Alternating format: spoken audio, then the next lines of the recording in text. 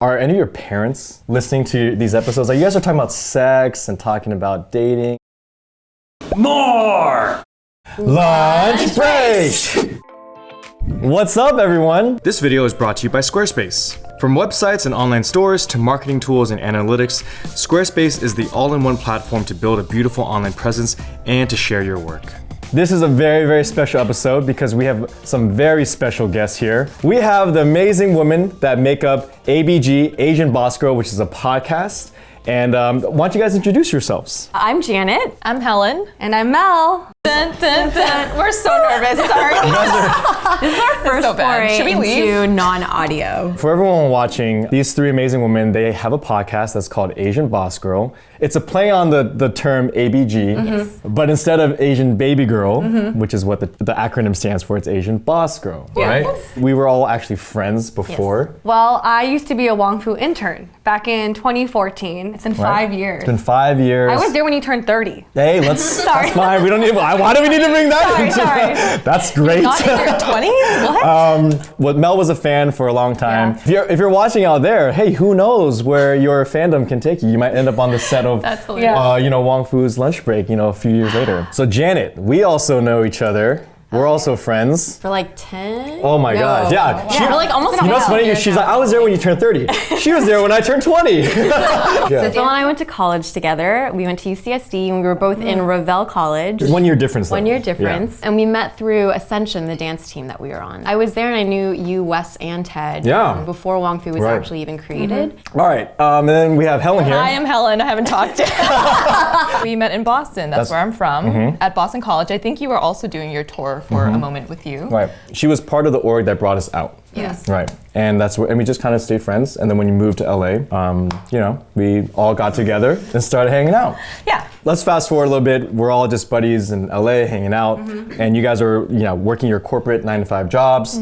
So how did this idea of wanting to start a podcast come about? It was one night when we all went out. We came back. It was like 3 a.m. We were sitting around, and I think it was just us three around a table, and we were talking. And then you and one of our guy friends was off on the side.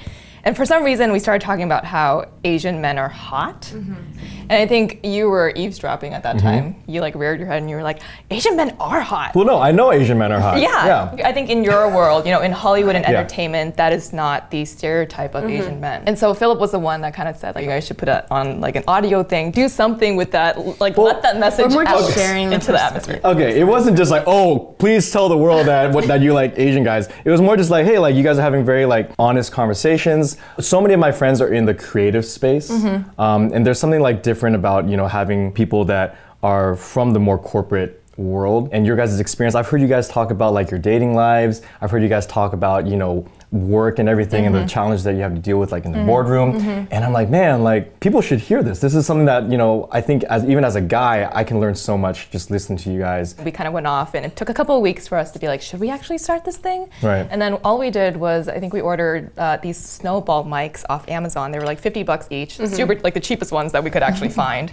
And then we also got a spit guard. We got together and we started recording, and we just realized that other than the fact that Asian men are hot, we wanted to share our stories as 20 to 30-year-old Asian American women who work in more traditional jobs and who live in Los Angeles, and talk about our experiences. The vast majority of people who are consumers, they have experience in a very diverse variety of industries. And then we realized the three of us actually work in very different industries as well. And that we actually we're all Asian American, but we all have a different background and of being raised with our culture in a different capacity. And we bring kind of the varied Asian American perspective as well. Because I think oftentimes it can just be Asian is seen one way and then Asian American is seen one way. And we realize we actually are really different. ABG. Asian Boss Girl. How'd you guys get that name? ABG, or Asian Baby Girl, it had some of those connotations of being maybe superficial, but also it was a woman who in some ways was in command of being sexy, right? There isn't anything wrong with owning the fact that you go out and you party, or that you like to wear makeup, or whatever it is. Some of these topics that could be kind of taboo to an audience that works kind of a 9-to-5 job. We should be able to embrace both sides. So why don't we take Asian Baby Girl and then turn it into Asian Boss Girl, something that is okay and empowering to own. Right. So when I first brought up that you guys should start a podcast, what was your guys' first reaction to that? But here's the thing with podcasts, I think the reason why it made sense for all three of us is one, it fit our demographic because we are working women. Two, we thought it'd be easy, right? Like we thought it'd be really easy. I mean, Phil was there in the room. We had our first recording. Nope, we sounded It was bad. It was really bad. It was bad. I never realized actually how, like, just because I've been on camera for so many years, like how like natural it is to just talk. But like, man, you guys. Oh, bad. It was hard. It was literally like. But in the best way. Yeah. It's good. It shows growth. Look how far you guys have come now. Well, it also didn't help that you guys were like brought on like 3 bottles of wine to loosen you guys up, and you guys just ended up getting hammered. So our first recording session was at the old Wong Fu office, Yeah. and all three of us like, we just need wine. We gotta like just, get rid of our nerves. Loosen up, yeah. As we were recording, I remember being like, oh my god, we're sounding so much better, and we're drinking more and more as we're sounding better. And then Phil goes, you guys sound drunk, and then we're like, no, we don't. And then we heard the recording, and we're like, you know what? We gotta eliminate the bottles of wine and just like start from the beginning. It's not as easy as people make it seem. Creatives do have a harder job than it looks, for sure. So props to you. 100% though, we had imposter syndrome, right? We're like, Right. there's no way that our story is going to be more special than someone else's story that's already been out there. Yeah. So it was very difficult for us to be like, what are we going to talk about? Waxing? But the thing is, when you do share those somewhat taboo topics in the Asian American community, then a lot of people do relate to it, and they're gravitated towards it because they're like, oh, I haven't heard about this before. So actually, you guys just wrapped up your 4th season. We did. How many episodes is that? That's I 46. 46 episodes? Oh my god, you guys have come a long way from those. Episode From the 1, first right? episode, which is really bad. Over like 2 years now, right? Or a year and a half? 2 years. Overall, like what are like the silos that you guys talk about? Well, we talk about a whole spectrum of things. My favorite is a waxing episode. It's about hair. I suggest all guys listen to that episode. Yeah, we talk about hair, we talk about fuckboys, we talk about also a range of things from like mental health, imposter syndrome, bamboo ceiling, glass ceilings, a little more like serious topics, but then we also have fun topics. Yeah, I feel like you guys go back and forth pretty well between like the fun, silly stuff that's just like girl talk, and then like more meaningful things. Like you guys give like career advice. What do you feel like have been like some standout episodes that the fans have really resonated with? As like Asian American women who are like trying to navigate their social life, dating is a popular topic we get asked to do. So Jan and I like to talk about how we're single and we're still single, and our dating woes or our stories. Mel went through an entire relationship over the course of one season. One season. Yeah, I know. It was all in one season. Was it? Yeah, it's funny we can now laugh about it, but that shit was crazy. Weird, yeah. And I had the guts to put it on, speaking on the mic. That was so vulnerable of you. Yeah. And there were times also when Mel was just like in tears, and she's just like, I don't know if I can record this. Yeah. And Pain we're like, creates yeah. art, guys. I think our listeners really resonate with that because a lot of girls wrote in and were sharing their stories of breakups, right? So that's something that we found is really like magical. It's like when magical, it's kind of It is magical. There's something about also the podcasting platform where it's like because it's audio, you feel like you can be a little bit more intimate. Yeah. So sometimes like when we record, we did our like 36 questions to kick off the season where we would just like kind of went on vacation with the 3 of us, and I felt like we got really serious and very intimate. I personally really liked the horoscope one that we did. Janice like a starry person. She's very A starry person? Yeah. No, but I mean, I do have an interest in kind of like health and wellness, and I have a little hippie in me, and so some of the episodes that we do where we can kind of entertain each of our interests a little bit more than the others. I mean, I think some of my favorite ones are like that no one talks about, like poops and periods. Oh yes. That was a fun one to record. Yeah, poops and periods, waxing, those are like things that not a lot of people talk about that we very openly talk about on our podcast. But another one I really like is the yappy one. Not because you were in it, but because it was actually really good. Like I am absolutely a yappy, like through and through, young Asian professional since out of college, right? For like 9, almost 10 years now. So I resonated a lot with that, and I think a lot of people also wrote in resonated with it too, which Because I think what people see in you 3 now are yappies that got to try and do something creative. So like, let's actually go into that real quick. One thing that I've noticed, a lot of people that have become fans of you guys, like they're inspired to do this themselves, right? Or do something creative. So for everyone that thinks that they're just a normal person out there, why would anyone want to listen? What would be your advice to them? I mean, one thing that I've taken away, for me, I always felt like just like a normal person. Like there was nothing special about it. Like I'm not the type of person that always likes to talk too much either. Like I'm very much a listener rather than a speaker. So it's weird that I have a podcast, first off. I think our experiences feel so normal, but then when you put life into it, they become stories. And when people hear those stories, that becomes a community.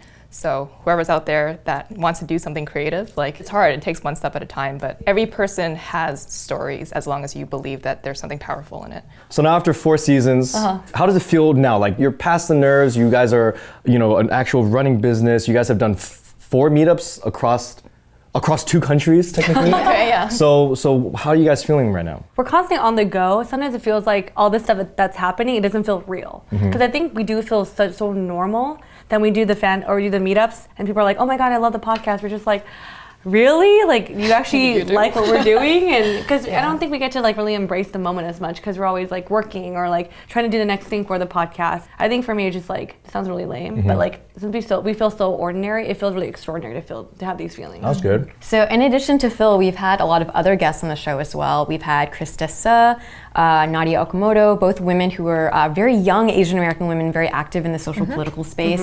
We've also brought on Christine Chen to talk about mental health. And we're really looking forward to, season 5 and ahead, having more guests, right? And striking that right balance of bringing, sharing our platform with other Asian American women, men, and even tapping into the greater Asian community of incorporating like South Asians and Southeast Asians as well. I do think it just so happens that we all are East Asian. We are first, second generation. We are in coastal cities. And so a lot of our stories might sound very similar, but I do think we need to do service to our branding, which is Asian Boss Girl. So that's something we're super cognizant of, and we want to bring on more voices. Are any of your parents listening to these episodes? Like, you guys are talking about sex and talking about dating. Is it kind of getting weird? Like, you guys put yourself out there. Everyone goes through it, so why not? So there's a part of me that's like, it's weird. It's a little weird, but who cares? My parents, like, they know of the podcast. I don't think they listen to every episode, thank goodness. My dad and my mom have both been very like, oh, it's really awesome and that you guys are doing something like this. I think because they understand from their generation too, the lack of like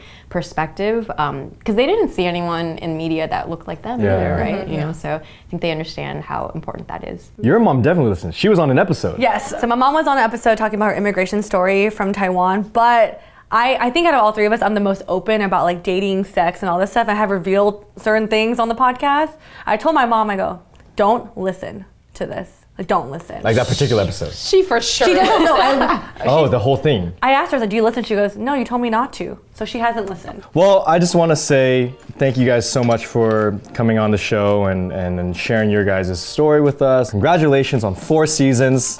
You did it. Thank you. You And also, thank you guys for providing a community for all of us since we were in high school, college, to be able to even get here. So I think you guys need to give yourselves more credit too. I mean, we used Wong Fu's office and equipment in the beginning, so yeah, you guys owe us some. I have some invoices for you guys. For rental fees. Yeah, rental fees. We'll buy you lunch. I just bought you lunch. You guys made your website on Squarespace, right? Squarespace. Yeah, we're on Squarespace. If you're also thinking about starting a podcast, Squarespace has audio blocks that support podcasting, so you can embed audio right onto your site and tag the audio for iTunes. Choosing from various templates and taking advantage of the powerful tools, we've been able to make a website that speaks to our audience. So go to squarespace.com for a free trial, and when you're ready to launch, go to squarespace.com/wongfu to save 10% off your first purchase. Everyone out there watching, if you guys are interested in their podcast, it's called ABG, Asian Boss Girl. You can find it on iTunes, Spotify, Wow, you listened to our outro. Keep going, 2 more. Stitcher, wherever you get Google Play. Google Play, wherever you consume your podcasts. But yeah, anyways, lunch breaks every Thursday, and we'll see you guys next time. And this is my girlfriend, Helen. Bye. Bye. Yes. No.